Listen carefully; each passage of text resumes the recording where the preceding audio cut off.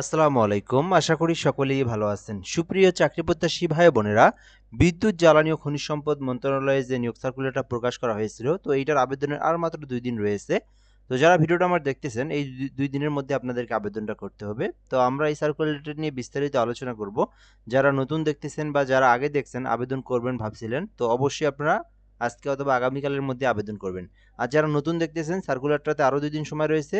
ভিডিওটা দেখবেন শেষ পর্যন্ত, তাহলে এই সার্কুলার নিয়ে সকল তথ্য আপনি এই ভিডিওর মাধ্যমে জানতে পারবেন। এখানে পদের নাম, পদের সংখ্যা, বেতন স্কেল, আবেদনের জন্য শিক্ষাগত যোগ্যতা, অভিজ্ঞতা, এছাড়াও আবেদনের প্রসেস, বয়স, কিভাবে আপনি আবেদন করবেন, সকল কিছু এই ভিডিওর মাধ্যমে আমি আপনাদেরকে দেখাবো। সম্পূর্ণ ভিডিওটা ধৈর্য সহকারে শেষ পর্যন্ত দেখবেন অনুরোধ, তাহলে আপনি সকল বিষয় আপনি জানতে পারবেন। আরেকটা বিষয় হচ্ছে, যারা আমাদের চ্যানেলে নতুন আছেন বা ভিডিওটা নতুন দেখতেছেন, চ্যানেলটিতে অবশ্যই সাবস্ক্রাইব করে রাখবেন।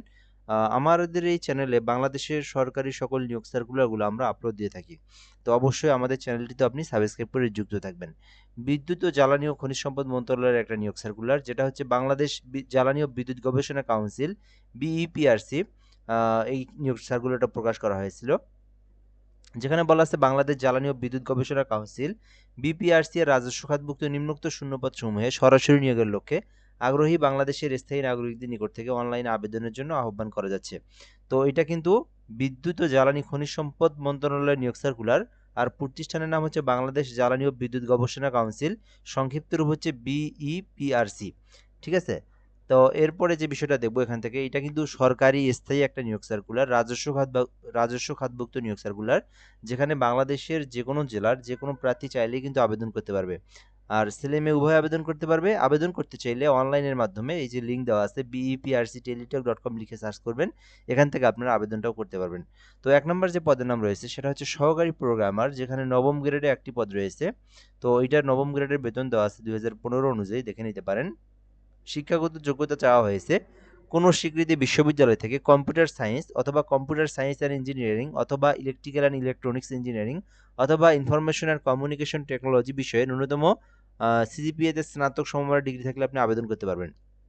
তো যে সাবজেক্টগুলোর নাম বললাম আমি এখান থেকে, এই সাবজেক্টগুলো নিয়ে কেউ যদি স্নাতক অর্থাৎ অনার্স পাস করে থাকেন অথবা মাস্টার্স ডিগ্রি করে থাকেন, সেক্ষেত্রে কিন্তু আপনি আবেদন করতে পারবেন।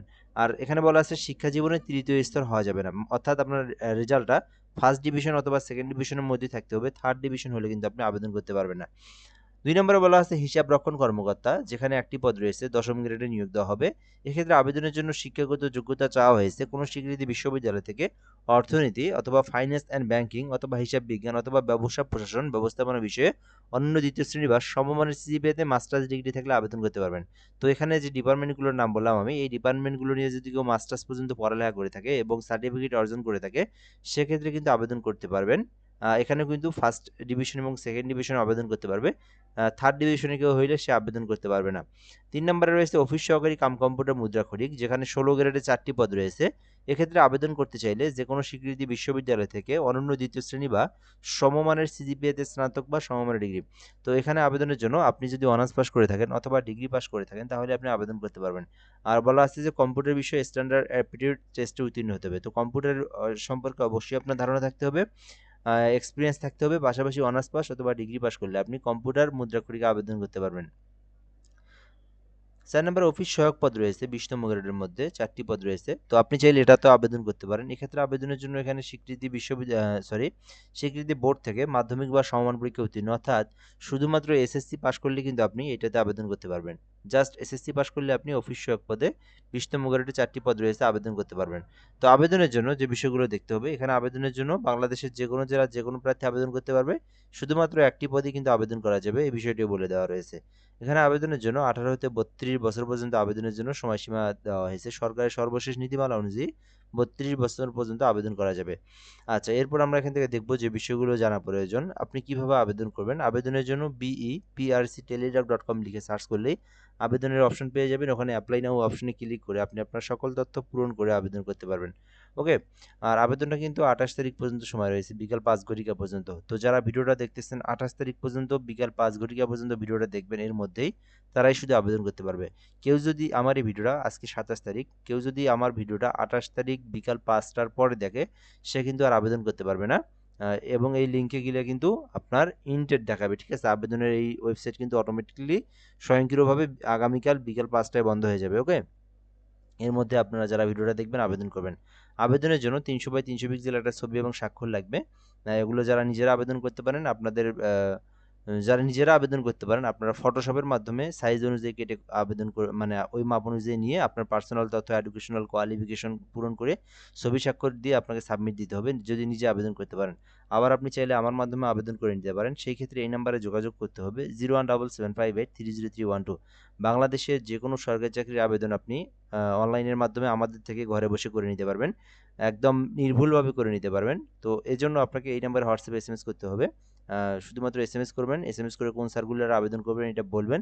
আমি একটা ফর্ম দেবো, তথ্যগুলো পূরণ করে দিবেন, আমি আবেদন করে অ্যাপ্লিকেশন কপির পিডিএফটা আপনাকে পাঠিয়ে দেবো, ওকে? আচ্ছা, এরপর আমরা দেখব কি কি কত টাকা ফি দিতে হবে। তো আপনি যদি এই যে নবম এবং দশম গ্রেডের সরকারি ফি হচ্ছে 223 টাকা দিতে হবে যদি আপনি 1 ও 2 নম্বরে আবেদন করেন। আর 16 গ্রেডের যেটা আছে অফিস সহকারী কম্পিউটার অপারেটর, ওইটাতে আবেদন করলে 112, আর অফিস সহকারী আবেদন করলে 56 টাকা ফি জমা দিয়ে আবেদন করতে হবে। আর আবেদনের জন্য পেমেন্ট করার প্রসেসটা হচ্ছে বিইপিআরসি লিখে আপনারা ইউজার আইডি লিখে 16322 নাম্বার সেন্ড করে দিবেন। পরবর্তীতে পিন নাম্বার দিয়ে আবার আপনারা 16322 নাম্বার সেন্ড করে দিলে আপনার আবেদনের পেমেন্টটাও হয়ে যাবে, ঠিক আছে? সো যারা আবেদন করবেন অতি দ্রুত আগামীকাল বিকাল 5টার আগে এই সার্কুলারে আবেদন করবেন, যেটা হচ্ছে বিদ্যুৎ ও জ্বালানি খনিজ সম্পদ মন্ত্রণালয়ের একটা নিয়োগ সার্কুলার। সো আজকের ভিডিওটা এ পর্যন্তই। সার্কুলার নিয়ে কিছু জানতে চাইলে কমেন্ট করে জানাতে পারেন, ইনশাল্লাহ আমরা সময় মতো রিপ্লাই দেওয়ার চেষ্টা করব। তো আবারও বলি, যারা আমাদের চ্যানেলে নতুন আছেন চ্যানেলটিতে সাবস্ক্রাইব করে রাখবেন, ফেসবুক পেজের লিঙ্ক কমেন্ট বক্সে দেওয়া আছে, ফলো দিয়ে রাখবেন। আসসালামু আলাইকুম।